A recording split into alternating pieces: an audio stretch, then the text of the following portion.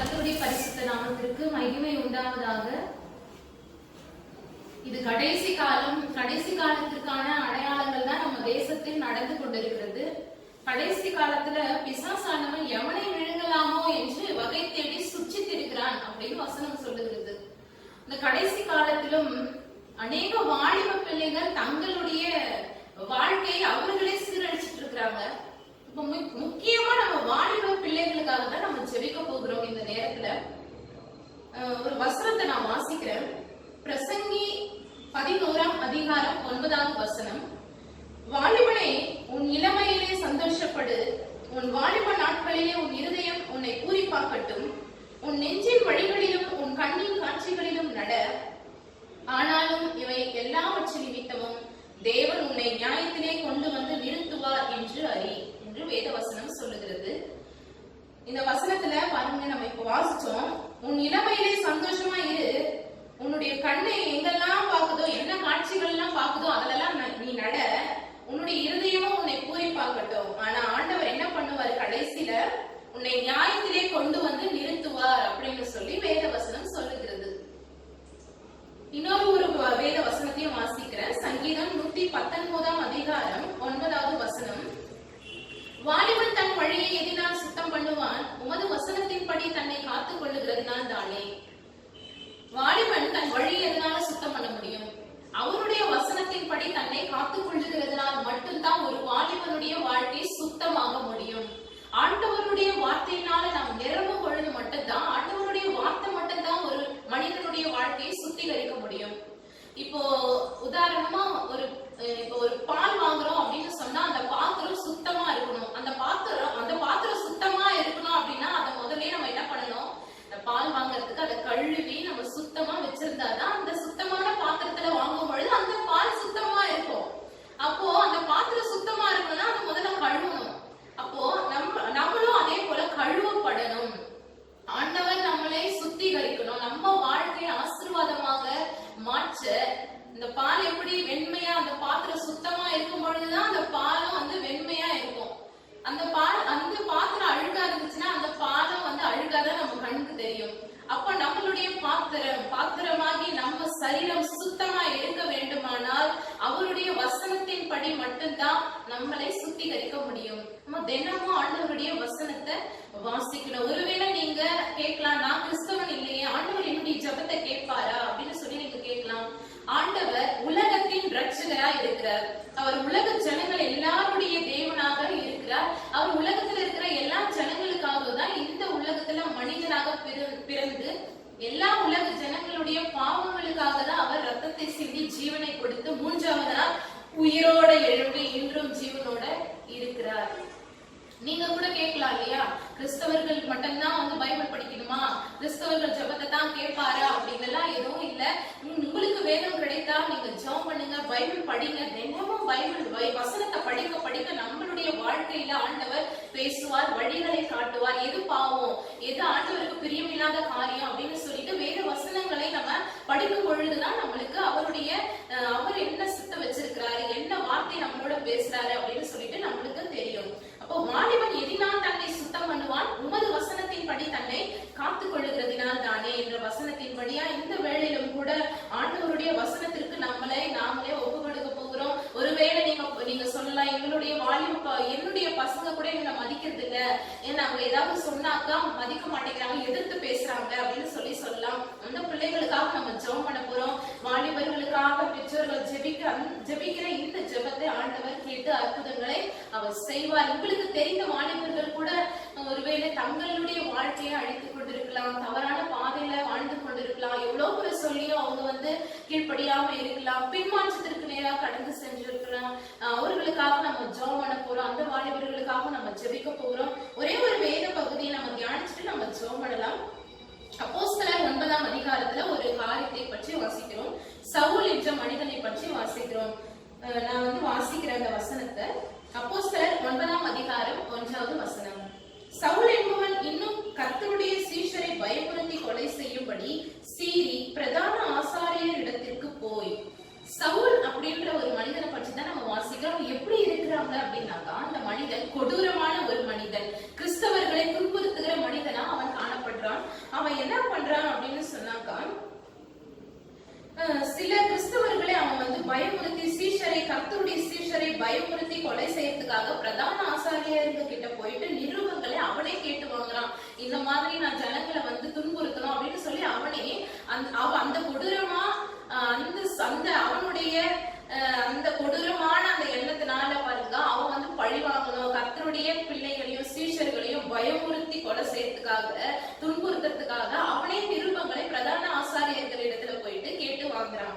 அப்போ அவன் அந்த மாதிரி நிருபங்களை கேட்டு வாங்கறதுக்காக பிரயாணமா போறான். பிரயாணமா போகும் பொழுது என்ன நடக்குது நான் வாசிக்கிறேன். 3வது வசனம், அப்போஸ்தலர் 9:3. அவன் பிரயாணமாய் போய் தமஸ்குவுக்கு சமீபித்த போது சடுதியிலே வானத்திலிருந்து ஒரு ஒளி அவனை சுற்றி பிரகாசித்தது. அவன் தரையிலே விழுந்தான். அப்பொழுது சவுலே சவுலே, நீ என்னை ஏன் துன்பப்படுத்துகிறாய் என்று தன்னுடனே சொல்லுகிற ஒரு சத்தத்தை கேட்டான். அதற்கு அவன், ஆண்டவரே நீர் யார் என்றான். அதற்கு கர்த்தர், நீ துன்பப்படுத்துகிற இயேசு நானே அப்படின்னு சொல்லி ஏசப்பா சொல்றாரு. அந்த சவுல் நிருபங்களை கேட்டு வாங்கறதுக்காக சீஷர்களையும் கிறிஸ்தவர்களையும் துன்புறுத்துறதுக்காக பிரதான ஆசாரியர்கள் இடத்துல நிருபங்களை கேட்டு வாங்கறதுக்காக அவன் பிரயாணமா போறான். பிரயாணமா போற அந்த வழியில இயேசு கிறிஸ்து அவனுக்கு தரிசனத்தை கொடுத்து, சவுலே நீ துன்பப்படுத்துகிற இயேசு நான் தான் சொல்லி பேசுறாரு. இப்பொழுது கூட நம்ம ஜெபம் பண்ண போறோம். இது போல சவுல் போல எத்தனையோ வாலிபர்கள் நம்ம சொல்றதை கேட்கறது இல்ல. கர்த்தருடைய சீஷரை இவர் எப்படி துன்பப்படுத்துறாரோ அதை பார்த்து ஆண்டவர் என்ன சொல்றாரு, நீ துன்பப்படுத்துகிற இயேசு நானே அப்படின்னு சொல்றாரு. ஒருவேளை மதுக்கு அடிமையா இருக்கலாம், ஒருவேளை உங்களுடைய வாலிப பிள்ளைகளுக்காக நீங்க ஜெபம் பண்ணிட்டு வரலாம், தவறான பழக்க வழக்கங்களுக்கு அடிமையா இருக்கலாம். இப்ப பார்த்தா கடைசி காலத்துல இருக்கிறதுனால சின்ன பிள்ளைங்க கூட செல்போனுக்கு அடிமையா இருக்கிறாங்க. தேவையில்லாத மெசேஜஸ் அனுப்புறது, வாலிபர்கள் தங்களையே அடிச்சுட்டு இருக்கிறாங்கன்னு அவங்களுக்கு தெரியல. தேவையில்லாத வீடியோஸ் அனுப்புறது, தேவையில்லாத மெசேஜஸ் அனுப்புறது, இந்த டிக்டாக் மூலமா தேவையில்லாத காரியங்களை செய்து கொண்டிருக்கிறது. இப்படிப்பட்ட காரியங்களிலே தங்களையே அடிமையாய் வைத்திருக்கிறார்கள். இப்படிதான் சவுலை பார்த்து சொன்னவர் இந்த நாளிலும் வாலிப பசங்களை பார்த்து சொல்றாரு, நீ துன்பப்படுத்துகிற இயேசு நான். நீ இந்த மாதிரி காரியம் எல்லாம் செய்யும் பொழுது நீ என்னதான் துன்பப்படுத்துற அப்படின்னு சொல்லிட்டு ஏசப்பா சொல்றாரு இந்த வேலையிலும். அப்புறம் என்ன நடந்தது, ஆண்டவராகிய இயேசு நீ துன்பப்படுத்துகிற இயேசு நான் தான் சொன்ன உடனே அவன் என்ன பண்றான், அவன் நடுங்கி திகைத்து, ஆண்டவரே நான் என்ன செய்ய சித்தமா இருக்கிறேன் என்றான். உடனே அவன் பயந்துடுறான். ஏசப்பா பேசின அடுத்த செகண்டே அவனுடைய சுபாவங்கள் எல்லாம் மாறுது. அவன் உடனே மாறி என்ன சொல்றான், ஆண்டவரே நான் என்ன செய்ய நீங்க சித்தமா இருக்கிறீங்க அப்படின்னு சொல்லிட்டு அந்த சவுல் ஏசப்பாவை நோக்கி அவன் சொல்றதை நம்ம பாக்குறோம். உடனே அவன் அந்த கொடூரமான எண்ணங்கள் மாறுது, அந்த பழிவாங்குற எண்ணங்கள் மாறுது, அந்த கோபம் எரிச்சல் எல்லாம் மாறி போய் அவன் ஆண்டவரிடத்துல நீங்க என்ன செய்ய சித்தமா ஆண்டவரே இருக்கிறீங்க, நான் என்ன செய்யட்டும் அப்படின்னு சொல்லி ஆண்டவரை பார்த்து அவன் கேட்கிறான். உடனே 20வது வசனம், அப்போஸ்தலர் 9:20, தாமதமின்றி கிறிஸ்து தேவனுடைய குமாரன் என்று ஆலயங்களிலே பிரசங்கித்தான். உடனே அவன் என்ன பண்றான், தாமதமே இல்லாம ஆண்டவர் தான் இயேசுதான் ஆண்டவர், இயேசுதான் தேவன் அப்படின்னு சொல்லிட்டு அவன் ஆலயம் முழுசா போய் பிரசங்கம் பண்றான். இதுக்கு முன்னாடி அவன் தான் கிறிஸ்தவர்களை துன்புறுத்தி அவங்கள ரொம்ப கஷ்டம் கொடுத்துட்டு இருந்தான். சீஷர்களை துன்புறுத்துறதுக்காகவும் அவங்கள கொலை செய்யறதுக்காகவும் நிருபங்களை கேட்டு வாங்கறதுக்காக போனவன் அந்த சவுல் தான். ஆனா ஆண்டவர் சொன்ன அந்த ஒரே ஒரு வார்த்தை தான் பேசினாரு. உடனே அவன் சுபாவங்கள் எல்லாம் மாறி அந்த பாவத்துல இருந்து அவன் விடுதலையாகி அதே இயேசு கிறிஸ்துவர் யார நீங்க பிரசவம் பண்ணக்கூடாதுன்னு சொல்லி அவன் சொன்னானோ அதே இயேசுவை அவனே தேவாலயத்துல தாமதமே இல்லாமல் போய் பிரசவம் பண்ணாங்க. அது போலதான் நம்ம இப்ப ஜெபம் பண்ண போறோம். வாலிப பிள்ளைகளுக்காக நம்ம ஜெபிக்க போகிறோம். கடைசி காலத்துல நம்ம வந்துட்டோம்.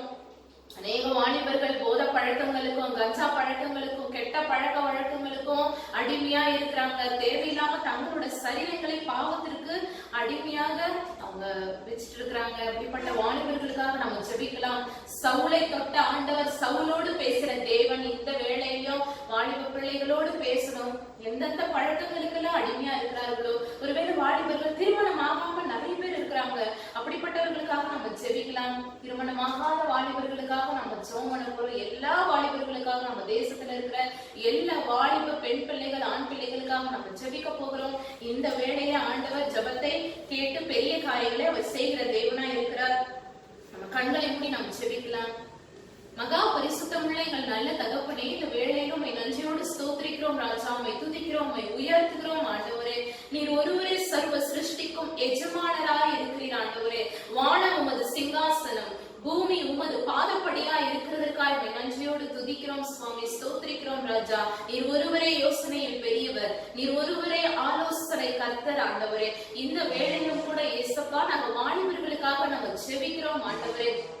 இந்த நேரத்திலும் கூட ஆண்டவரே வேத வசனத்தின்படியாய் வாலிபன் தன் வழியை எதினாலே சுத்தம் பண்ணுவான்?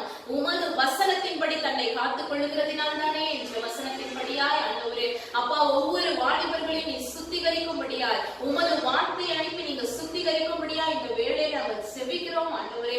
ஏசப்பா ஒரு வேளை ஏசப்பா இந்த ஜெபத்தோடு இணைந்து ஜெபித்து கொண்டிருக்கிற ஒவ்வொரு பெற்றோர்களுடைய ஜெபங்களை நீங்க கேட்கிறீர், அதற்காக ஸ்தோத்திரம் ராஜா. தங்களுடைய வாலிப பசங்க நான் சொல்றது கேட்கறதே இல்லையே, கீழ்படியதே இல்லையேன்னு சொல்லி ஆண்டவரே பேரண்ட்ஸ் எல்லாம் அழுது கொண்டிருக்கிறாங்க ஏசப்பா. ஆண்டவரே அப்படிப்பட்ட பேரண்ட்ஸ் உடைய ஜெபத்தை, பெற்றோர்களுடைய ஜெபத்தை கேளுங்க ஆண்டவரே. ஏசப்பா ஏசப்பா கேளுங்க. செல்போனுக்கே அடிமையா இருக்கிறானே, ஆண்டவருடைய வார்த்தை கேட்கறதே இல்லை, அவன் எவ்வளவு சொன்னாலும் கேட்க மாட்டேன்றானேன்னு சொல்லி ஆண்டவரே சொல்லி கொண்டிருக்கிற ஒவ்வொரு பெற்றோர்களுடைய ஜெபத்தை கேளுங்க ஆண்டவரே. செல்போனுக்கும் தேவையில்லாத மெசேஜ்களுக்கும் ஆண்டவரே தேவையில்லாத வீடியோக்களுக்கும் அடிமைப்பட்டு கொண்டிருக்கிற ஒவ்வொரு வாலிபர்களையும் கண்ணோக்கி பாருங்க. தங்களுடைய நேரத்தை எல்லாம் பேஸ்புக்லயே செலவழித்து கொண்டிருக்கிற ஒவ்வொரு வாலிபர்களையும் கண்ணோக்கி பாருங்க ஆண்டவரே.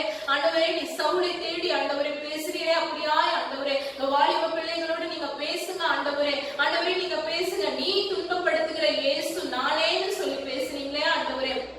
அப்பா ஆண்டவரே இந்த கெட்ட பழக்க வழக்கங்களுக்கு ஆண்டவரே தேவையில்லாத காரியங்களுக்கு தங்களுடைய வாழ்க்கை தங்களுடைய நேரத்தை ஆண்டவரே செலவழித்து கொண்டிருக்கிற ஒவ்வொரு வாலிபர்களையும் பார்த்து நீங்க இந்த வார்த்தை தான் சொல்றீங்க, நீ துன்பப்படுத்துகிற இயேசு நான் தான் சொல்லி ஆண்டவரே நீங்க இந்த வேளையில ஒரு வார்த்தை வருகிறதுக்காய் ஸ்தோத்திரம் ஆண்டவரே. ஒவ்வொரு வாலிபர்களை தொடுங்க ஏசப்பா, தொடுங்க தொடுங்க தொடுங்க. வாலிப பிள்ளைகளை மாற்றுங்க. எங்க தேசத்தில் இருக்கிற ஒவ்வொரு வாலிப பெண் பிள்ளைகளுக்காக முக்கியமாய் ஜெபிக்கிறோம் ஆண்டவரே. ஆண் பிள்ளைகளுக்காக ஜெபிக்கிறோம் ஏசப்பா. ஆண்டவரே வாலிபன் ஆண்டவரே உம்முடைய கையில் உள்ள பலவான் கையில் உள்ள அம்புகளுக்கு ஒப்பாய் இருக்கிறார்கள். வாலிப பிராயத்திலே ஒரு சிருஷ்டிகரே நினைவு என்று வாக்கு கொடுத்திருக்கிறீங்களே ஏசப்பா.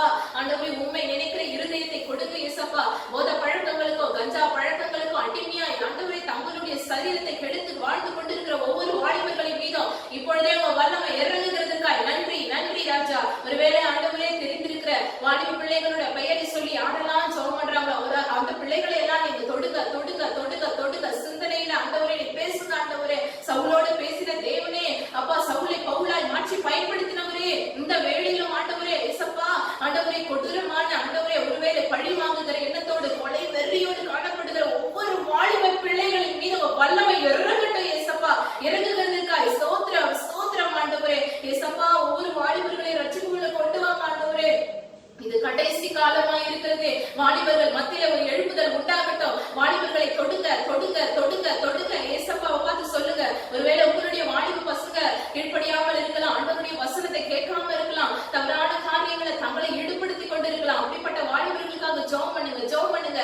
ஏசப்பாவை தொடுங்க சொல்லுங்க. தொடுங்க தொடுங்க தொடுங்க ஏசப்பா தொடுங்க ஆண்டவரே. வாலிபர்கள் கடைசி நாட்களிலே தரிசனங்களை காண்பார்கள் என்று சொல்லியிருக்கிறீங்களே ஆண்டவரே நீங்க பேசுங்க. உங்க சத்தத்தை கேட்கிற வாலிப பிள்ளைகளை ஒவ்வொரு வாலிபர்களையும் மாற்றுகிறதற்காய் நன்றி ராஜா நன்றி ராஜா. நன்றி இயேசுவே நன்றி இயேசுவே. உங்க வல்லமை இறங்குகிறதுக்காய் ஸ்தோத்திரம் ஆண்டவரே. அப்பா ஏசப்பா ஆண்டவரே தங்களுடைய வாழ்க்கையை கெடுத்துக் கொண்டிருக்கிற ஒவ்வொரு வாலிபர்களையும் கண்ணோக்கி பாருங்க ஆண்டவரே. அப்பா நீங்க வாக்கு கொடுத்திருக்கிறீங்களே ஏசப்பா, எங்களுடைய சரீரமே உங்களுடைய ஆலயமா இருக்கிறதே ஏசப்பா. உங்களுடைய ஆலயத்தை ஏசப்பா நாசப்படுத்தி கொண்டு வாழ்ந்து கொண்டிருக்கிற ஒவ்வொரு வாலிப பிள்ளைகளுடைய வாழ்க்கையிலும் ஒரு மாற்றத்தை இந்த நேரத்துல உண்டாக்குவீராக ஏசப்பா. உண்டாக்குங்க ஏசப்பா. ஆண்டவரே நீர் மனம் இறங்குங்க ஆண்டவரே. ஒவ்வொரு வாலிபர்களையும் சுத்திகரிங்க ராஜா. ஆண்டவரே வாலிபன் உம்முடைய வசனத்தின்படி மட்டும்தான் சுத்தமாக்க முடியும் ஆண்டவரே. ஆண்டவரே முக்கியமான ஆண்டவரே இந்த வாழ்க்கை கட்டத்துல முக்கியமான காலம் அந்த வாலிப வயது தான் ஆண்டவரே. இப்படிப்பட்ட காலத்துல உண்மை நினைக்க உண்மை தேடுகிற இருதயத்தை கொடுங்க இசப்பா. கண்களை காணப்படுகிற இச்சைகளை எடுத்து போடுங்க. சிந்தனைகளை வருகிற இச்சைகள் இயேசுவி நாமத்தினால் விலகி போகட்டும் ஆண்டவரே. அப்பா சரீரத்துல காணப்படுகிற இச்சைகள் இயேசுவி நாமத்தினால் விலகபடியாய் ஜெபிக்கிறோம் ஆண்டவரே. நீர் அப்படியாய் நீர் ஆண்டவரே ஒவ்வொரு வாலிபர்களை சுத்திகரிக்கிறேன். நன்றி நன்றி சொல்லுங்க நன்றி சொல்லுங்க. ஏசப்பா பெரிய காரியங்களை செய்கிறார். ஒவ்வொரு வாலிபர்களுக்கு விடுதலை கொடுக்கிறார். ஒருவேளை ஏசப்பா குடிக்கும் ஆண்டவரே மது வெறிக்கும் ஆண்டவரே அடிமைப்பட்டு கிடக்கிற ஒவ்வொரு வாலிபர்களையும் கண்ணோக்கி பாருங்க. என்னால குடிக்காம இருக்க முடியாது, என்னால இதை செய்யாம இருக்க முடியாது, ஐயோ என்னால முடியல